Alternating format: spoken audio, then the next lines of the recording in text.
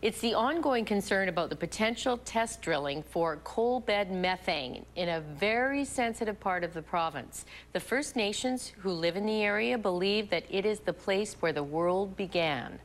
They've called it the sacred Headwaters. It's a name that also reflects the origins of three of the province's top salmon-producing rivers. But the sacred Headwaters also happens to contain one of British Columbia's largest deposits of coal and methane gas.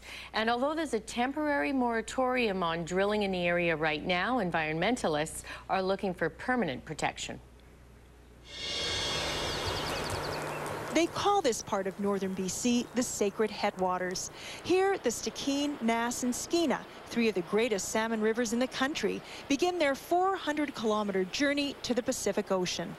The sacred Headwaters is really a magical area. It has incredible wildlife values. There are lots of grizzly bears and caribou and wolves. Many refer to it as the Serengeti of Canada. But there are concerns that this pristine wilderness could be destroyed. It began a few years ago when Royal Dutch Shell was given the okay to do some exploratory drilling for coalbed methane. Certainly we're concerned about the fact that rivers could be impacted by siltation and runoff, but we're also concerned about the vast quantity of toxic water that's often generated during the gas extraction process. Aside from the threat that those toxins might have on the wild salmon that spawn in these rivers, there was the issue of gas pipelines and hundreds of roads that would need to be built to access the many proposed drill sites. The First Nations up there were just horrified because those rivers are the headwaters of these three rivers that are really important to all the First Nations downstream, and the salmon are the lifeblood of those First Nations. The Tahltan people took to the streets and blocked access to their traditional territory. Soon enough, they were joined by others.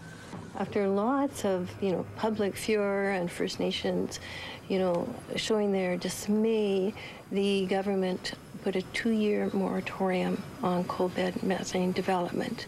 That was in 2008, and so it was expected that this year the moratorium would expire.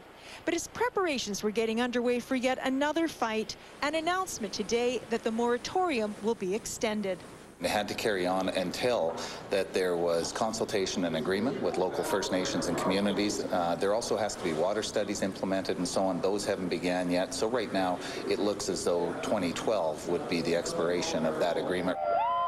The news came as a pleasant surprise to those involved in preventing coalbed methane development in the sacred Headwaters. But it is, like before, a temporary reprieve. We are certainly hoping that the moratorium will be made permanent, and I certainly think it's warranted given the great values of the sacred Headwaters. Certainly is a beautiful part of the province, Chris. Mm-hmm. Lovely. Stunning pictures. Thank you very much.